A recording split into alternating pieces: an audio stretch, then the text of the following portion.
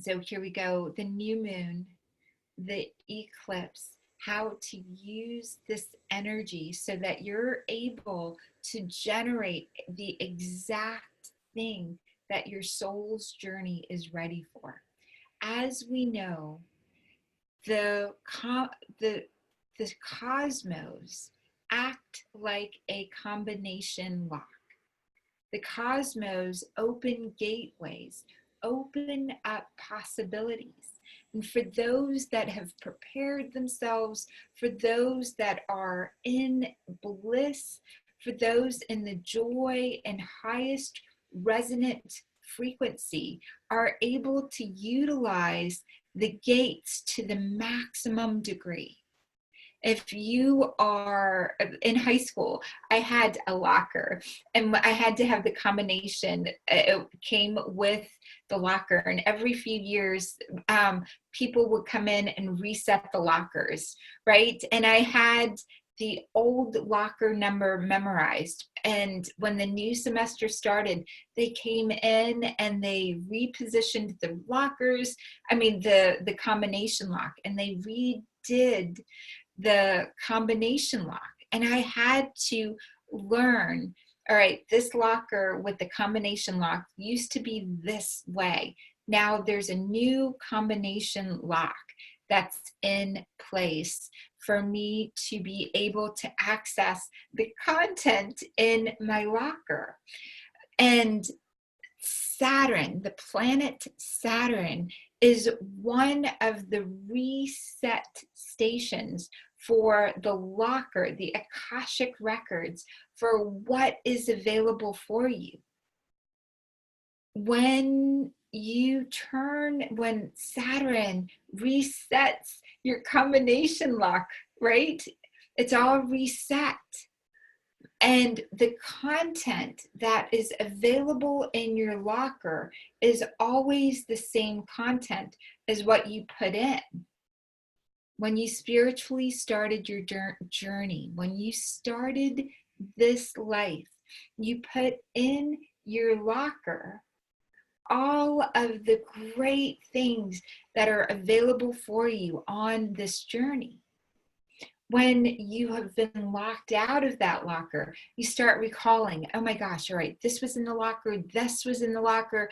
Oh, I might be missing my my favorite pen, my markers, the one that has all the different colors in it, my favorite emergency outfit I threw into the locker in case I ever needed it. And oh yeah, some of the everything that you have in your locker, right? When you're locked out of that locker, you start remembering. This is what the Saturn return, the eclipse, the new moon, along with Jupiter and planets, Jupiter and Pluto's alignment, all of the things around karma, all of the things of all of the good, all of the reset, everything in your soul's journey is inside that locker.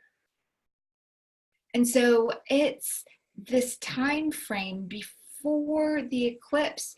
This time frame is available for you.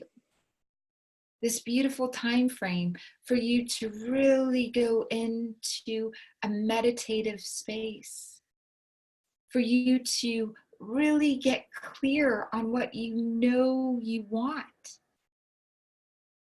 Your entire wellness, wholeness, stability, mission, your genius is available all the time, right? It's available inside that locker.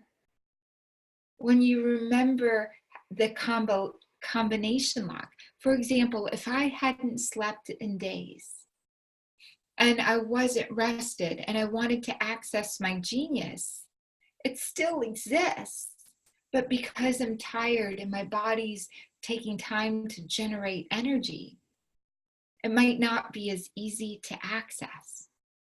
So this time frame between now and this special gateway, this locker reset, this locker being opened and available. The veil is very, very thin. And so we'll go in the next phase into this guided meditation. The universe wants you to have this. If you're in the highest bliss, in the highest happiness, right? You'll be able to turn that lock and access it. If you rest well and you get into this space, the eclipse is the time when part of the moon's light in parts of the earth is not reflecting the sun. So we're able to truly see ourselves. You're really able to see. It's like Earth is able to see herself. Humanity is able to generate and co-create with awareness who it is and what the next step is. In one of the videos that was shared in this masterclass this morning, we talked about inaccurate feedback, right? The millennials were getting award trophies, every participation trophies. And Carol, who spoke about the not yet frequency, said many of the corporations that she works with have millennials that are waiting every day expecting a participation trophy or a good job or a, you name it, some form of recognition. So that millennial or that person doesn't have accurate feedback. They're constantly being told, good job, necessary, right? This is what the eclipse is about. You're able to, the earth is able to accurately see itself. You can catch the wave of what's necessary next, what you have to be in order to ride the wave of the greatest good that can come through your life. New moons have always been times of great reverence. They're in holy Bibles, they're written in the temple walls. New moons really demonstrate, again, writing of new contracts. Well, you've got this combination lock that is opening, reset in your locker. You're going to be able to appreciate everything that you packed in there for your spiritual journey. You're going to be able to take out the things that are useful, and you're going to be able to disregard all and let go of. You're like, hey, I want to make more space in my locker. This is no longer my favorite outfit. How silly that that was going to be my favorite outfit in case of an emergency. I'm going to pack in a stethoscope this time, and instead of an outfit. I'll always be okay in what I'm wearing, right? You pack that spiritual combination gateway with what's most useful. You take out what is no longer necessary. You get an accurate reflection of yourself, of humanity coming up. And now you get to write a new contract with yourself, with your spirit, with the wholeness of everything that exists. Everything is perfect just the way it is.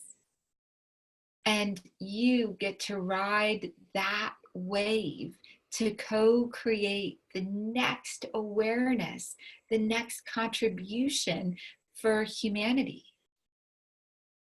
The only thing that is missing is what you're not giving. As it's been stated, you know inside you what the next journey, the next thing to bring forward, to move forward is. I'm so excited for you to be on this journey. So How do you prepare for all of this? One, you really know for yourself as many things as you know that you want.